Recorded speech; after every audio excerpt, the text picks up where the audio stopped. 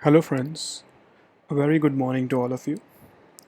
आज हम zero budget natural farming का टॉपिक डिस्कस करेंगे। बहुत छोटा सा टॉपिक है, हार्डली 5-10 मिनट्स लेगा और इसको मैंने आंसर के फॉर्मेट में कन्वर्ट कर दिया ताकि आपको एक रेडीमेड आंसर ही मिल जाए कि ज़ीरो बजट नेचुरल फार्मिंग पे अगर कुछ भी क्वेश्चन आएगा तो आपको एक रेडीमेड आंसर मिल जाएगा। ठीक है। अब आपको मैं सिंपल भाषा में बताऊं कि ज़ीरो बजट नेचुरल फार्मिंग क्या होती है, तो वो एक तरह से है देसी खेती के तरीके। तो देसी तरीके कैसे हैं कि काऊ डंग और काऊ यूरिन को यूज़ करके आप फार्मिंग करो instead of using fertilisers, pesticides या हर्बिसाइड्स। ये सब चीज़ों को यूज़ करने के बजाय आप काऊ डंग, काऊ यूरिन से अपने खेती करो और उसमें आपको क्या क्या बेनिफिट्स होंगे हम आप आगे देखते हैं। अब ये क्यों इम्पोर्टेंट है, क्योंकि इसको इंडिया ने अपने यूनियन बजट में 2019-20 का जो यूनियन बजट था उसमें इंट्रोड्यूस करने की बात करी है और इसको इंट्रोड्यूस किया और कहा है कि इसको प्रमोट करेंगे। अब इससे होगा क्या कि हमारे जो फर्टिलाइज़र्स पे खर्चा होता है, पेस्टिसाइड्स पे खर्चा होता है, ये सब कम हो जाएगा। हमारे जो गवर्नमेंट को सब्सिडी देनी पड़ती है, हमारे फार्मर्स का भी खर्चा होता है, ये सब कम हो जाएगा और एक नेचुरल जो सॉइल की फर्टिलिटी होती है वो भी बनी रहेगी और हमारा पोल्यूशन, एनवायरनमेंट पोल्यूशन भी कम हो जाएगा। ठीक है। तो जैसे कि देख लो आप कि ये एंशियंट प्रैक्टिस है विच रिड्यूसेस फार्मर्स डायरेक्ट कॉस्ट और नेचुरल इनपुट्स, जैसा मैंने आपको कहा कि काऊ डंग और काऊ यूरिन के यूज़ से हो जाती है ये। अब इससे क्या होगा कि सॉइल न्यूट्रिशन बनी रहती है, फर्टिलिटी बनी रहती है और पेस्ट्स और सीड्स जो हैं, जो पेस्ट्स होते हैं वो इससे दूर रहते हैं और सीड्स की भी अच्छी ग्रोथ होती है इससे। अब इससे लेस टिलिंग करनी पड़ती है। अब ये टिलिंग क्या होती है कि जब आप कल्टीवेशन करते हो इसकी, आप अपने फार्म की, तो उसमें आपको टिलिंग करनी पड़ती है, खुदाई करनी पड़ती है, उसको कम करना पड़ेगा आपको। और यूज़ ऑफ इनऑर्गेनिक फर्टिलाइज़र्स भी कम आपको बिल्कुल यूज़ करना ही नहीं पड़ेगा। अब ये टेक्निक बहुत एफिशिएंट है क्योंकि इसमें पानी भी कम लगता है, तो आपकी पानी भी सेव हो जाता है। इसीलिए इसको हम प्रमोट करने की बात कर रहे हैं इंडिया में। अब इसके बेनिफिट्स क्या हैं? Centre for study of science, technology and policy एक इंस्टीट्यूट है, उन्होंने देखा कि ZBNF zero budget natural farming के, अब इसको पहली बात तो ज़ीरो बजट नेचुरल फार्मिंग क्यों कह रहे हैं, क्योंकि इसमें खर्चा है ही नहीं, नाम मात्र का बस ज़रा सा खर्चा होगा आपका। काऊ डंग और काऊ यूरिन में आप खुद सोच लीजिए कितना आपका खर्चा लगेगा आप जब नेचुरल चीज़ें इस्तेमाल करने की कोशिश करोगे तो उन्होंने कहा कि पैडी फार्मिंग, जब धान की खेती या चावल की खेती जो करनी होती है धान की खेती में, उसमें सबसे ज़्यादा बेनिफिट दिखते हैं इसमें, क्योंकि 1400 से 3500 क्यूबिक मीटर ऑफ वाटर पर एकड़ बच जाता है फार्मर का। ठीक है।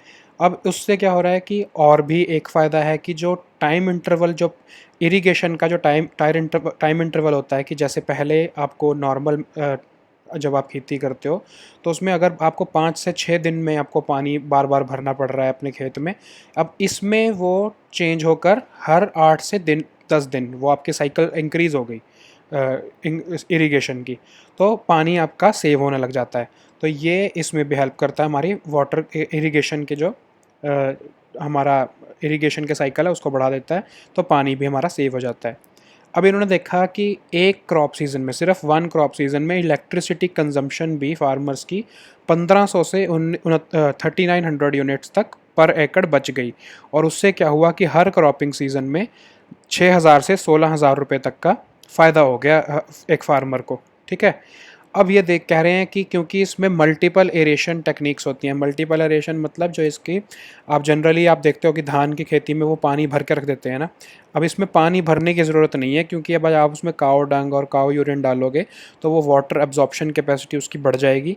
आप उसमें स्प्रिंकलिंग वाटर या एरेशन की जो टेक्निक्स हैं दूसरी, जिसमें आपका पानी कम लगेगा, वो भी आप इस्तेमाल कर सकते हो। और क्योंकि वो पानी को एब्जॉर्ब कर लेता है, पानी बड़े लंबे टाइम तक उसमें स्टोर रहता है, उससे कट हो जाती हैं मीथेन की एमिशंस भी 88% तक।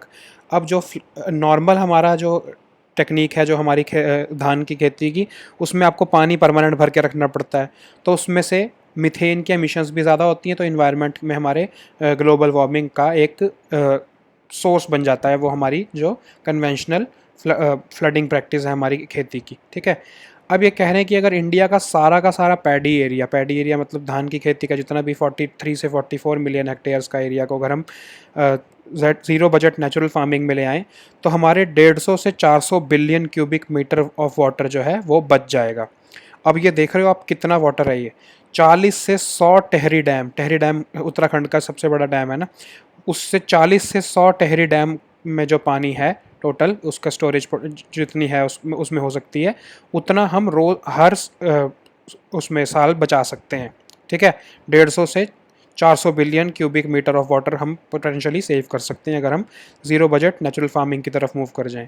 अब इससे वो कह रहे हैं कि कुछ सोशल बेनिफिट्स भी होते हैं। अब सोशल बेनिफिट्स कैसे होते हैं कि जो ओरिजिन ऑफ रिवर के पास लोग रह रहे हैं, जितनी ज़्यादा पास होते जाएंगे तो वो अपस्ट्रीम पे हैं, उससे जो थोड़ी दूर होते जाएंगे वो डाउनस्ट्रीम पे हैं।